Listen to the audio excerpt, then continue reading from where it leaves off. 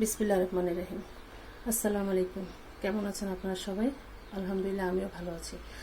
আজকে আপনাদের মাঝে আমি নিয়ে আসছি পাঁচমিশালি আচার।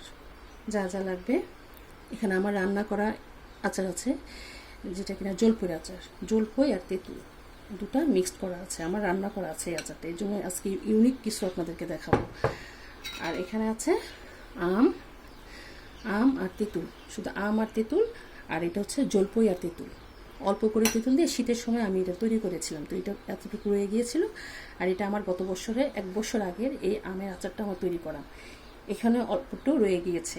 তো এগুলো দিয়ে আজকে আমার আচারটা হবে। আর হচ্ছে বড়ই আচার, মিষ্টি করে রান্না করা বড়ই আচার। আর লাগবে পরিমাণ মতন চিনি, যেহেতু এগুলোর মধ্যে চিনি দেওয়া আছে, টক ঝাল মিষ্টি করা। লাগবে তেল, সরিষার তেল, সামান্য পরিমাণে ভিনেগার এগুলোতে দেওয়া আছে, তারপর আমি অল্প পরিমাণ দিয়ে দিব। আর লাগবে কিশমিশ আর আলু বাখারা, এটাতে আজকে আমি এগুলো ইউজ করব। আর লাগবে পাঁচফোড়ন গুঁড়ো, পাঁচফোড়ন তেলে আমি গুঁড়ো করে নিয়েছি। আর লাগবে এটার মধ্যে আমি রসুনটা থেতো করে নিয়েছি, পাঁচফোড়ন যেটাতে আমি গুঁড়ো করেছি সেটাতে এই রসুনটা আমি থেতো করে নিয়েছি। তাহলে চলুন আমরা রান্নায় চলে যাই। বিসমিল্লাহির রহমানির রহিম। এখন আমি জালটি ধরিয়ে দিচ্ছি। এটা মিডিয়াম আছে আমার রান্না করতে হবে, যেহেতু অনবরত লাড়ার মধ্যে থাকতে হবে আমার, নাহলে লেগে যাবে নিচে রান্না করা আচার।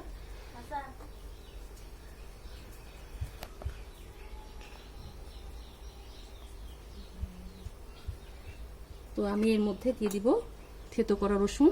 বিসমিল্লাহির রহমানির রহিম দিয়ে দিলাম,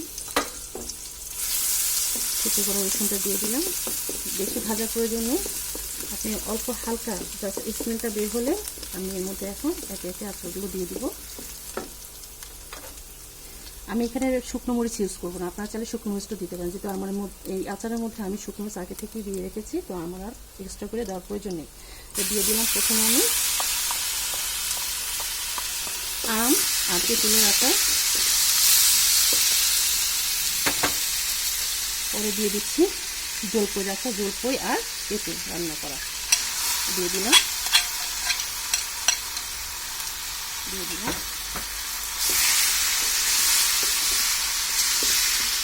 অনবরত লাগতে হবে। এখন আমি দিয়ে দিচ্ছি বড়ই আচার থেকে রান্না করা বড়ই আচার।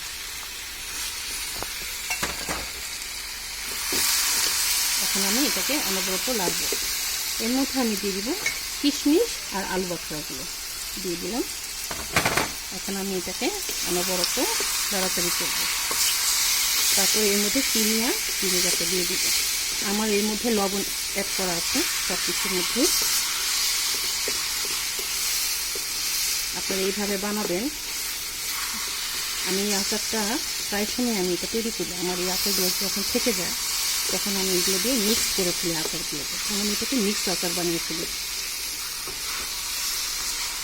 এটা খিচুড়ি দিয়ে খেতে সেই মজা লাগে।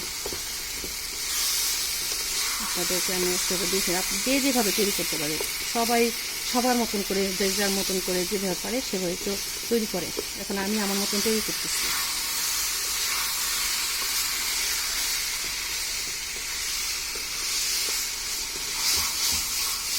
আলু বাখারাটা অবশ্যই দেওয়ার চেষ্টা করবেন, যেটি এটা টেস্টটা অন্যরকম হয়ে যায়। আলু বাখারা আর হচ্ছে কিশমিশ, টেস্টটা ফ্লেভারটা অন্যরকম হয়ে যায়।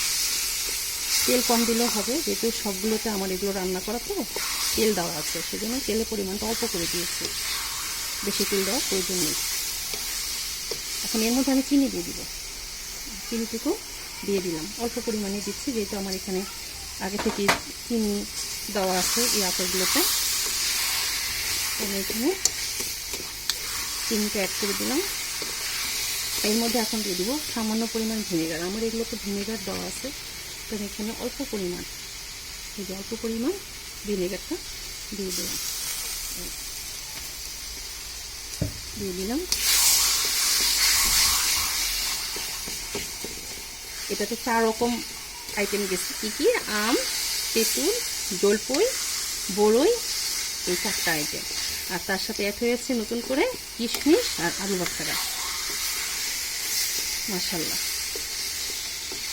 আপনারা যখন করবেন দেখবেন, আপনারাই বুঝতে পারবেন এটা টেস্টটা কীরকম হয়। যাই হোক, এখন আমি এর মধ্যে পাঁচফোড়ন গুঁড়ো যেটা আছে আমার করা সেটা পুরোটাই দিয়ে দিচ্ছি।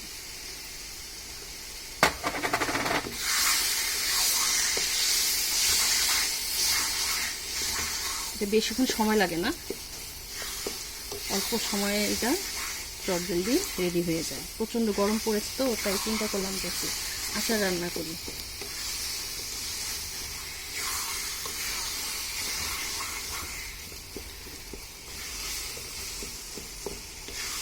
কোনো কিছু খেতে না ইচ্ছে করলেও দেখবেন আচার কিন্তু অনেক রুচি বাড়ায় খাবারের।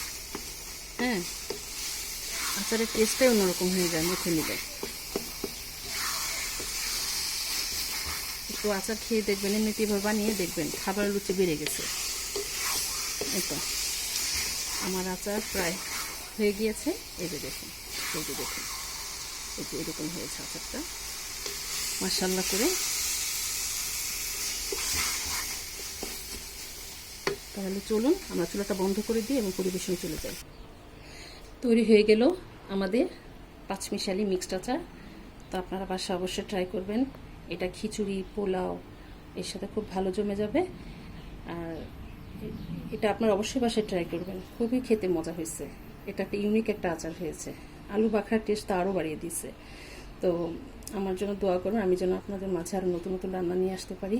আপনারা সবাই যে যেখানে আছেন ভালো থাকেন, সুস্থ থাকেন এবং আমার জন্য বেশি বেশি লাইক শেয়ার করে দিবেন আর সাবস্ক্রাইব করে দিবেন, যেন আপনাদের মাঝে আরও নতুন নতুন সুন্দর সুন্দর রান্না নিয়ে যেন হাজির হতে পারি।